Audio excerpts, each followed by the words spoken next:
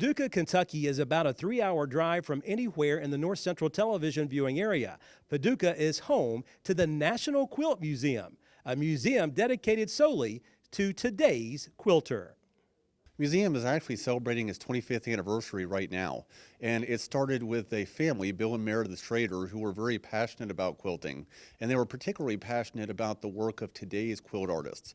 And they wanted to create a museum, and to my knowledge, this is the only one in the world that specifically focused on the work of quilters working today. In our permanent collection, we only have quilts from 1980 to present. And how many would you say you have in here currently? Well, in the galleries at any given time, we have between about 180 and 250 quilts.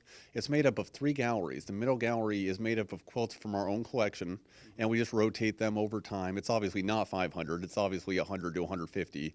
Then the side galleries are traveling exhibits, and they'll come for 3 or 4 months, and then they'll leave, and there's a schedule that you can look up online.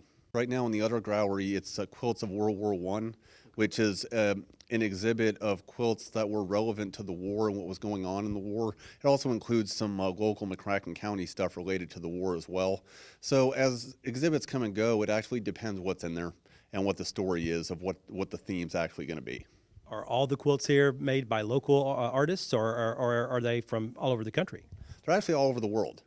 That all over the world. We're definitely going to look at some quilts that are made by folks in the Asian countries, European countries. Quilting is an international affair, and there's actually over 20 million active quilters just in the United States alone. But when you come here, you're going to see the best of the best. You're going to see the top 1% of what people are doing in quilting today, and they really do come from everywhere. What are some of the more unique designs that people that like to achieve, I guess, when they get the quilt finished?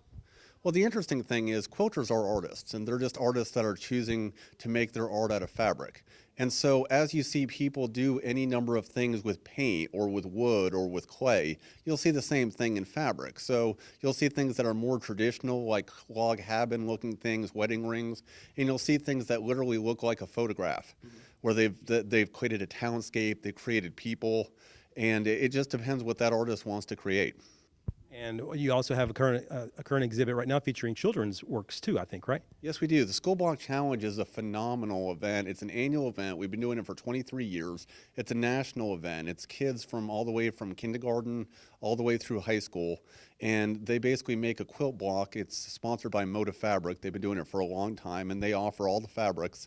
And they can use their creativity and create a block. There's not a lot of rules to it. They just have to make sure they use the blocks and keep it within a certain size. And it's a phenomenal event. There's a little bit of prize money, but more than that, the kids come up here and they take pictures with their quilt block, and they keep those forever. What do you like about this job? What's fun about this job for you? Well, for me, we get most of our visitors are art tourists, or they're people who go to art museums, and they've never seen anything like this. So every single day I'm here, people come from all over the world, and they see this, and they think I had absolutely no idea you could possibly do this with fabric. And it's that moment where it goes beyond what their perception of what quilting is that never gets old. It's just always enjoyable. You actually just came. You probably had that experience. Sure. Yeah. Exactly. Oh, tell me, this isn't the only museum in the country dedicated to quilts, though, is it? No, there's actually about 17 quilt museums around the country, and I think people should stop by any of them, but they do different things. We're the only one that is committed to the work of today's quilting. There's some great historical quilt museums around. There's some regional quilt museums around. So as you're traveling, if you see one, it's definitely worth stopping, but they're all different, and they all have their own mission. If someone wanted to maybe have one of their quilts displayed here, what process would they have to go through? Well, to get into our collection is a bit of a laborious process, actually. As you can imagine, anyone who's an active quilter wants to eventually get a quilt in the National Quilt Museum.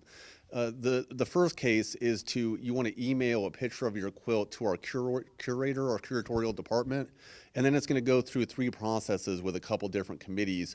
I'll be honest with you, very few get in. Okay, very few get in because we get hundreds and hundreds of people submitting to potentially get in.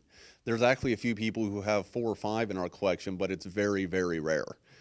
So if you're interested in that, get in touch with the curatorial department. It's great. It's a great achievement.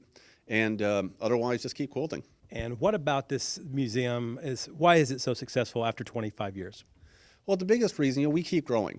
And we average about 40,000 visitors a year, and it's been growing. In fact, each of the last 5 years, we've gotten a little bit bigger and people keep coming. I think the biggest reason why is word of mouth. I think when people come, they're really blown away by what they see. A good example of that is on TripAdvisor. We've won the Certificate of Excellence 4 years running, and which puts us in with the top 10% of tourist attractions around the world. And I think the biggest reason why is because of how good the art is. People come see it, and then they tell a lot of other people. We have so many people come and say, yeah, my neighbor came 2 years ago and told me that this is a must-see. And as more people do that and more people actually see it, it speaks for itself. If you would like to visit the National Quilt Museum, the address is 215 Jefferson Street in Paducah. The phone number is 270-442-8856. Reporting in Paducah, Kentucky, Barry Hyatt, NCTV.